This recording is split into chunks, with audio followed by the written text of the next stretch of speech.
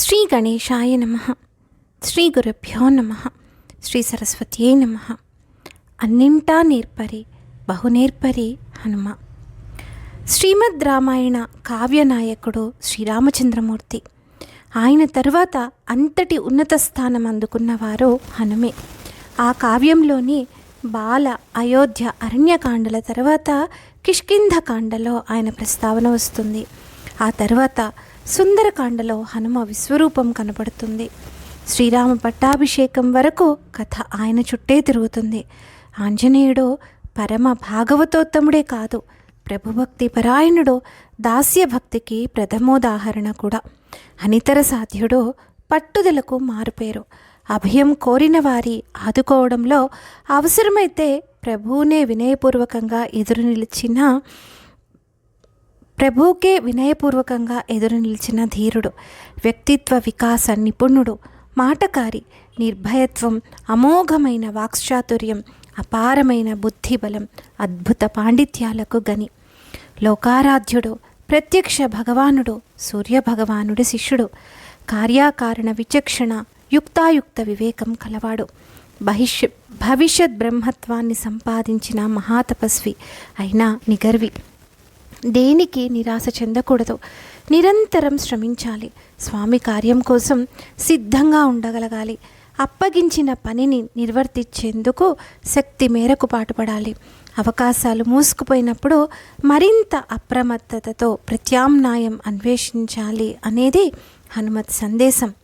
ఆయన పరాక్రమం, కార్యదీక్ష, స్వామి భక్తి, బుద్ధి కుశలత, రాజనీతిజ్ఞత, యుక్తాయుక్త విచక్షణ తదితర సుగుణాలు సుందరకాండలో వెల్లడవుతాయి. ఒక్క మాటలో చెప్పాలంటే ఆయన బహునేర్పరి, అన్నిటా నేరుపరి హనుమంతుడు. పిన్ననాడే రవినంటే పెద్ద హనుమంతుడు అని పదకవితా పితామహుడు అన్నమాచార్యుల వారు కీర్తించారు. సంకల్పసిద్ధుడు, సంకల్పం ఉంటే సాధించలేనిది లేదనేందుకు ఆంజనేయుడు సాహసకృత్యాలే నిదర్శనం. సీతాన్వేషణ నుంచి రామాయణంలోని ప్రతి విపత్కర పరిస్థితుల్లో ఆయన చూపిన చొరవ అనన్య సామాన్యం. దైవంతో పాటు స్వశక్తిని నమ్ముకున్నాడు. దైవభక్తితో పాటు ఆత్మవిశ్వాసాన్ని పెంచుకున్నాడు. కేవలం దైవభక్తి ఉంటే చాలదు, ఆత్మవిశ్వాసము ప్రధానం. ఇవి లోపించిన వారు ఏమీ సాధించలేరన్నది ఆంజనేయుడు తీరును బట్టి తెలుస్తుంది. రామబాణమంత వేగంగా లంకకు చేరుతాను, సీతమ్మ కనిపించకపోతే రావణుణ్ణి బంధించి తీసుకొస్తాను, సర్వ విధాల కృతకృత్యుడనై సీతామాతతో సహా వస్తాను అన్న మాటలు ఆయన ఆత్మవిశ్వాసానికి ప్రతీకలు. దైవభక్తి, ఆత్మవిశ్వాసంతో పాటు ధీరత్వం అంటే విఘ్నాలను లక్ష్యపెట్టక అనుకున్నది సాధించడం ఆయనలోని మరో ప్రధాన లక్షణం. జలధి లంక నుంచి తిరిగి వచ్చేంత వరకు ఎన్నో అవాంతరాలను అధిగమించి సీతామాత సందర్శన సమాచారాన్ని రాముడికి అందించిన ధీరుడు. కర్తవ్య దీక్షా పరాయణత్వం, అప్పగించిన కర్తవ్యాన్ని చిత్తశుద్ధితో నిర్వహిస్తూ రేపటి పనిని ఈరోజు, నేటి పనిని ఇప్పుడే చేయాలి అన్న వ్యక్తిత్వ వికాస సూక్తికి స్ఫూర్తిద ప్రదాత. రామ సుగ్రీవ మైత్రి సంధానంలో, సీతాన్వేషణలోని సముద్ర లంఘనంలో, సంజీవిని తెచ్చి సౌమిత్రిని కాపాడడంలో, రామలక్ష్మణులను మైరావణుడి బారి నుంచి కాపాడడంలో, ఇలా అడుగడుగున హనుమ కార్యదీక్ష పటిమ వెల్లడవుతుంది. కొన్ని నిర్దేశిత కార్యాలైతే ఇంకొన్ని నిర్దేశించుకున్న పనులు, వెరసి స్వామి కార్యాలు, లోక రక్షక విధులు. లోక సంరక్షణే వాటి పరమార్థం. ద్వాపరంలోనూ సోదర సమానుడు అర్జునుడి రథంపై ఆసీనుడై కురుక్షేత్ర సంగ్రామాన్ని కుతూహలంగా పరికించి విజయోస్తు అన్నారు. శ్రీకృష్ణ భగవానుడి ముఖపద్మం నుంచి వెలువడిన భగవద్గీత అనే అమృత వాక్కులను రథారూఢుడై విన్నారు. 2 అవతారాల పరమ పురుషులు శ్రీరామకృష్ణులను సేవించిన స్వామి భక్తి పరాయణుడు. ఉత్తమ దూతలను ఉత్తమ, మధ్యమ, అధములని 3 వర్గాలుగా చెప్తారు. యజమాని అప్పగించిన పని నెరవేర్చకపోగా చెడగొట్టేవాడు 3వ శ్రేణికి చెందినవారు కాగా, చెప్పినంతవరకే చేసేవారు 2వ శ్రేణికి చెందినవారు. యజమాని అప్పగించిన పనిని నిర్వర్తించడంతో పాటు తన తెలివితేటలను వినియోగించి పూర్తి సంతృప్తిని కలిగించే వారిని ఉత్తమ దూతగా చెప్తారు. మొదటి సందర్శనంలోనే హనుమలోని ప్రత్యేకతను గ్రహించిన రామచంద్రుడు ఆయనలోని విశిష్టతను తమ్ముడు సౌమిత్రికి వివరించారు. ఏవం విధో యస్య దూతో నభవేత్ పార్థివస్యతు. ఇలాంటి దూత ఎవరికి ఉండడో ఆ రాజకార్యాలు ఎలా సిద్ధిస్తాయి అంటే సిద్ధించవు అని అర్థం. ఇలాంటి దూతను కలిగి ఉన్నవారి సర్వకార్యాలు సులువుగా సలక్షణంగా నెరవేరుతాయని వాల్మీకి మౌని రాముడి నోట పలికించారు.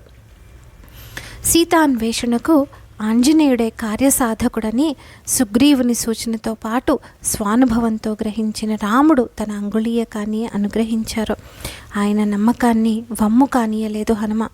అంజనీసుత, పవనసుత, వాయుసుత, కేసరీనందన, పావని, కపిశ్రేష్ఠ లాంటి ఎన్ని నామాలు ఉన్నా శ్రీరామదూతగా ఉండడమే ఆయనకు ఇష్టమట. ఆయన ఎంతటి రామభక్తుడంటే ఎశ్చ రామం నపశ్యేత్తు యం చ రామో నపశ్యతి నిందితస్స వసేర్లోకే స్వాత్మీనం విగర్హతే. శ్రీరాముని చూడనివారు, రాముడు చూడనివారు నిందితులు, వారి ఆత్మలే వారిని గర్హిస్తాయి అనేటంత. ఎత్ర ఎత్ర రఘునాథ కీర్తనం తత్ర తత్ర కృతమస్తకాంజలిం. రామనామం వినిపించిన చోటల్లా వినయాంజలితో నిలుచుండిపోతాడట. జై శ్రీరామ్ పిలుపుతో రాముడి కంటే ముందే చేరి తన తేజశక్తిని ప్రసరింపచేసి కార్యోన్ముఖులవుతారట. అందుకే శ్రీరాముడు వంటి ప్రభువు, యజమాని, ఆంజనేయుడు వంటి సేవకుడు పుట్టలేదన్నది పెద్దల మాట. తేజోమూర్తి ఆంజనేయుడు ఎంతటి శాంతమూర్తో అంతటి తేజోమూర్తి, జ్యోతిర్మయుడు, దుష్ట శక్తుల పాలిట అరివీర భయంకరుడు. కిమేషు భగవాన్నంది భవేత్ సాక్షాదిహాగత. సాక్షాత్తు శంకర కింకరుడు నందీశ్వరుడు భగవానుడిలా దిగివచ్చాడు. అలనాడు కైలాసంలో పరిహసించినందుకు నన్ను శపించినవాడు ఈయన కాదు కదా అని హనుమను చూసిన రావణుడు చకితుడై మనసులో అనుకున్నాడట. ఎక్కడ ఎటు చూసినా వెలుగు జ్ఞానమే. ఎటు నుంచి ఎలా నమస్కరించినా, ఎలా ధ్యానించినా, ఎలా అర్చించినా ఆమోదిస్తారు. లోకాన్ని జయించిన ఆయన జీవితానికి రామనామమే రమణీయత, మహనీయత అని విశ్వసించిన భక్తాగ్రేసరుడు, ధైర్య, శౌర్య, అభయాలకు ప్రతిరూపం హనుమన్న. వినయ. శ్రీ గణేశాయ నమః. శ్రీ గురుభ్యో నమః. శ్రీ సరస్వత్యై నమః. అన్నింటా నేర్పరి బహునేర్పరి హనుమ. శ్రీమద్ రామాయణ కావ్యనాయకుడు శ్రీరామచంద్రమూర్తి. ఆయన తరువాత అంతటి ఉన్నత స్థానం అందుకున్నవారు హనుమే. ఆ కావ్యంలోని బాల, అయోధ్య, అరణ్యకాండల తర్వాత కిష్కింధకాండలో ఆయన ప్రస్తావన వస్తుంది. ఆ తర్వాత సుందరకాండలో హనుమ విశ్వరూపం కనపడుతుంది. శ్రీరామ పట్టాభిషేకం వరకు కథ ఆయన చుట్టే తిరుగుతుంది. ఆంజనేయుడు పరమ భాగవతోత్తముడే కాదు, ప్రభుభక్తి పరాయణుడు, దాస్యభక్తికి ప్రథమోదాహరణ కూడా. అనితర సాధ్యుడు, పట్టుదలకు మారుపేరు. అభయం కోరిన వారి ఆదుకోవడంలో అవసరమైతే ప్రభువుకే వినయపూర్వకంగా ఎదురు నిలిచిన ధీరుడు. వ్యక్తిత్వ వికాస నిపుణుడు, మాటకారి, నిర్భయత్వం, అమోఘమైన వాక్చాతుర్యం, అపారమైన బుద్ధిబలం, అద్భుత పాండిత్యాలకు గని. లోకారాధ్యుడు, ప్రత్యక్ష భగవానుడు, సూర్యభగవానుడి శిష్యుడు. కార్యాకారణ విచక్షణ, యుక్తాయుక్త వివేకం కలవాడు.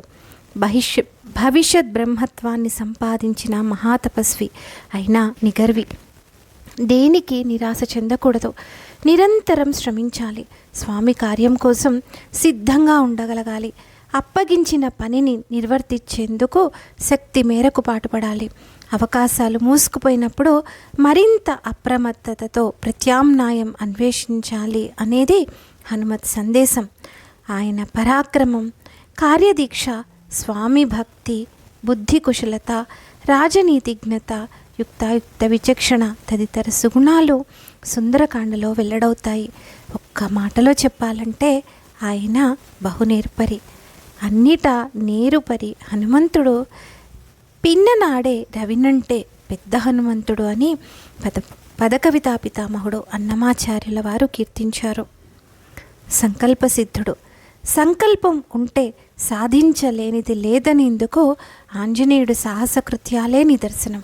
సీతాన్వేషణ నుంచి రామాయణంలోని ప్రతి విపత్కర పరిస్థితుల్లో ఆయన చూపిన చొరవ అనన్య సామాన్యం.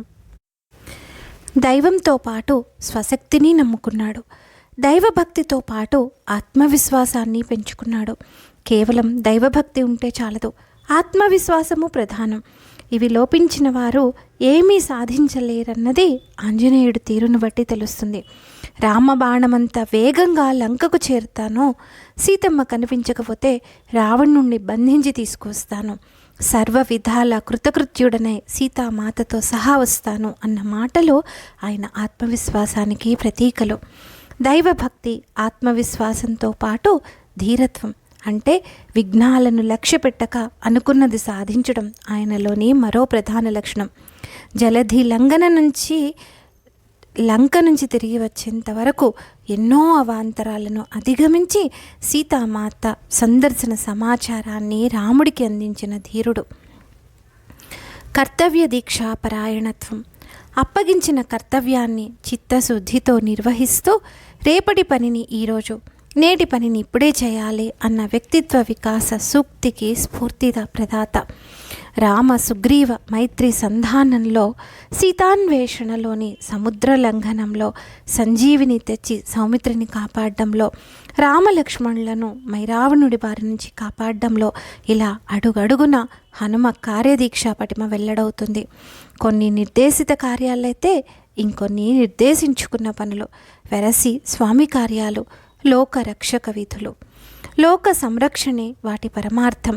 ద్వాపరంలోనూ సోదర సమానుడు అర్జునుడి రథంపై ఆసీనుడై కురుక్షేత్ర సంగ్రామాన్ని కుతూహలంగా పరికించి విజయోస్తు అన్నారు. శ్రీకృష్ణ భగవానుడి ముఖపద్మం నుంచి వెలువడిన భగవద్గీత అనే అమృత వాక్కులను రథారూఢుడై విన్నారు.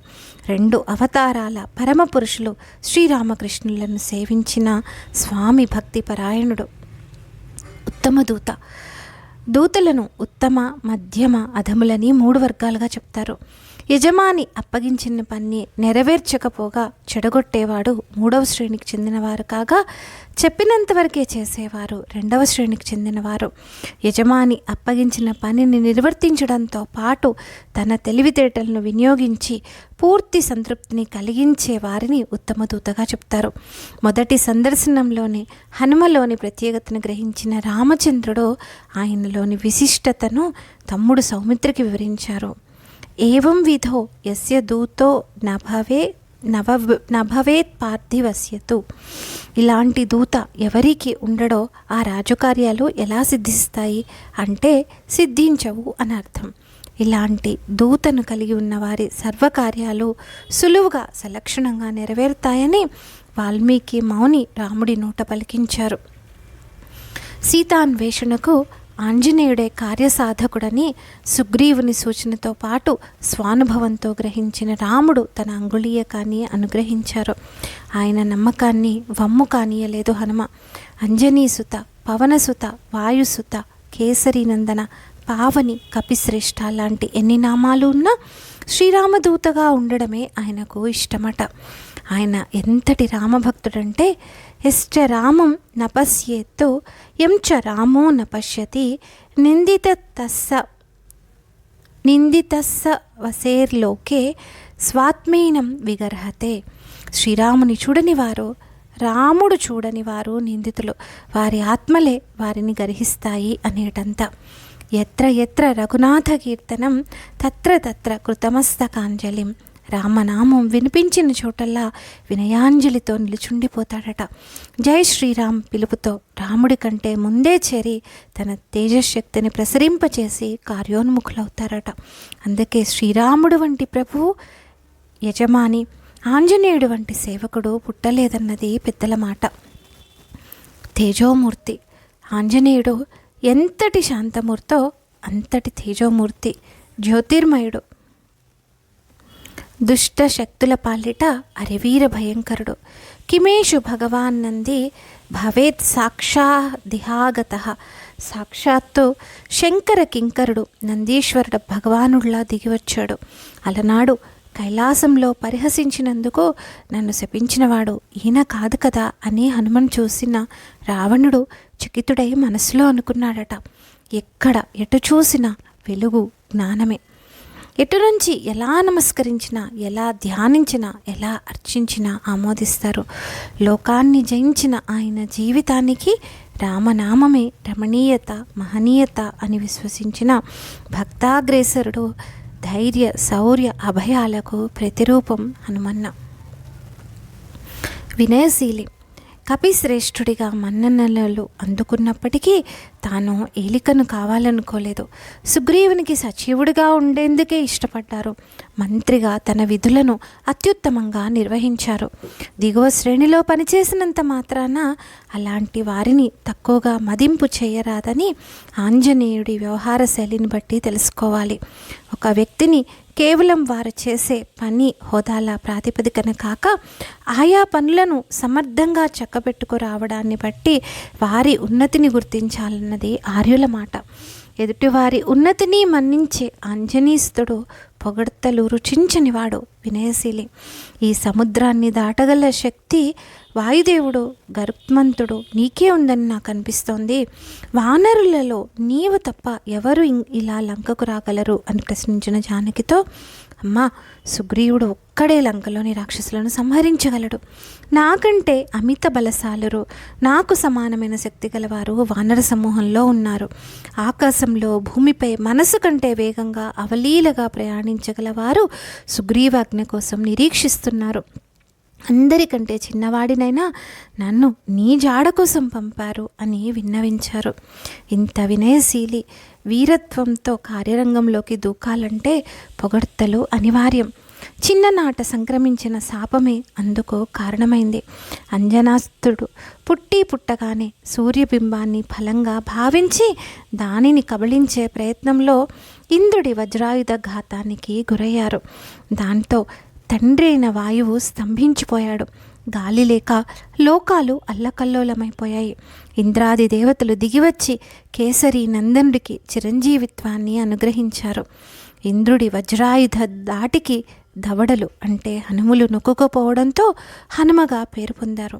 హనుమ పెరిగి పెద్దవుతున్న కొద్దీ బలగర్వంతో ఆగడాలు అధికమవుతున్నాయట. ఆయన అవంధ్యుడు కనుక మరోలా శపించే అవకాశం లేక, నీకు బలం తెలియకపోవుగాక, నిన్ను పొగిడితే గాని నీ బలం పెరగకుండుగాక అని మునులు తదితరులు శపించారట. అందుకే సీతాన్వేషణకు బయలుదేరే ముందు జాంబవంత, అంగదాది కపివీరులు ఆయన బలాన్ని గుర్తు చేయవలసి వచ్చిందని అంటారు. ఇక మనసు తెలిసిన మాట, సమయానుకూలంగా మాట్లాడడంలో ఆంజనేయుడు బహునేర్పరి. ఉదాహరణకు రావణుని చెర నుంచి విముక్తి కలిగేనా అని దైన్యస్థితిలో ఉన్న సీతాదేవికి శ్రీరాముని రాకపై, ఆయన సాధించబోయే విజయంపై, అందుకు సహకరించనున్న వానరసేన బలపరాక్రమాలపై అపార విశ్వాసం కలిగేలా మాట్లాడారు. లంక నుంచి తిరిగి వచ్చి రాముడితో దృష్ట్యా దేవి చూశాను సీతను అని ప్రథమ సమాచారం అందించారు. ముఖ్య సమాచారం కోసం ఆతురతతో నిరీక్షించే వారిని ఎలా సమాధానపరచవచ్చో దీని ద్వారా తెలుసుకోవచ్చు. సీతా వియోగ దుఃఖంలో ఉన్న రాముడితో ఆమె పేరుతో మొదలు పెడితే ఆయన కంగారు పడవచ్చు. అందుకే చూశాను, కనుగొంటిన్ అని ప్రారంభించి తాను చేపట్టిన పని సానుకూలంగా పూర్తి చేసుకుని వచ్చిన వైనాన్ని వివరించారు. అంతకుముందు ఋష్యమూక పర్వత ప్రాంతంలోనూ రామలక్ష్మణులను మొదటిసారిగా దర్శించినప్పుడు సంభాషణ చాతుర్యంతో మెప్పించి సుగ్రీవునితో చెలిమి కుదిర్చారు. హనుమే ఆదర్శం. దేశ యువతకు హనుమే ఆదర్శం అన్నారు స్వామి వివేకానంద. ఆయనలో అవధూతకు అవసరమైన లక్షణాలు సంపూర్ణంగా ఉన్నాయన్నారు రామకృష్ణ పరమహంస. రామ, కొన్ని సమయాల్లో నీవు పూర్ణం, నేను అంశను.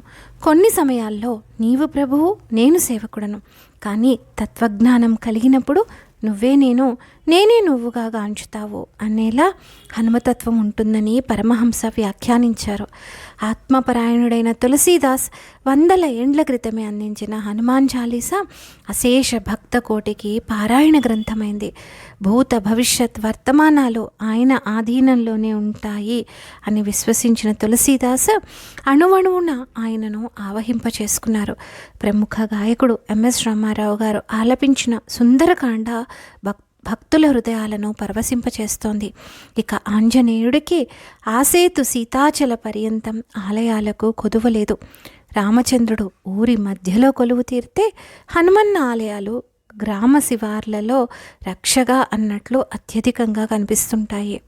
హనుమత్ సదృశం దైవం నాస్తి నాస్త్యేవ భూతలే అనేనైన ప్రమాణేన జయసిద్ధికరం పరం. హనుమంతునితో సమానమైన దైవం భూతలంలో లేడు. ఈ ప్రమాణం వల్లనే హనుమత్ వ్రతం ఆచరించిన వారికి నిశ్చయంగా జయం కలుగుతుంది అనేది శాస్త్రవచనం. Doctor Aravelli Jagannathaswamy, senior journalist గారి ఆర్టికల్ జాగృతి సౌజన్యంతో.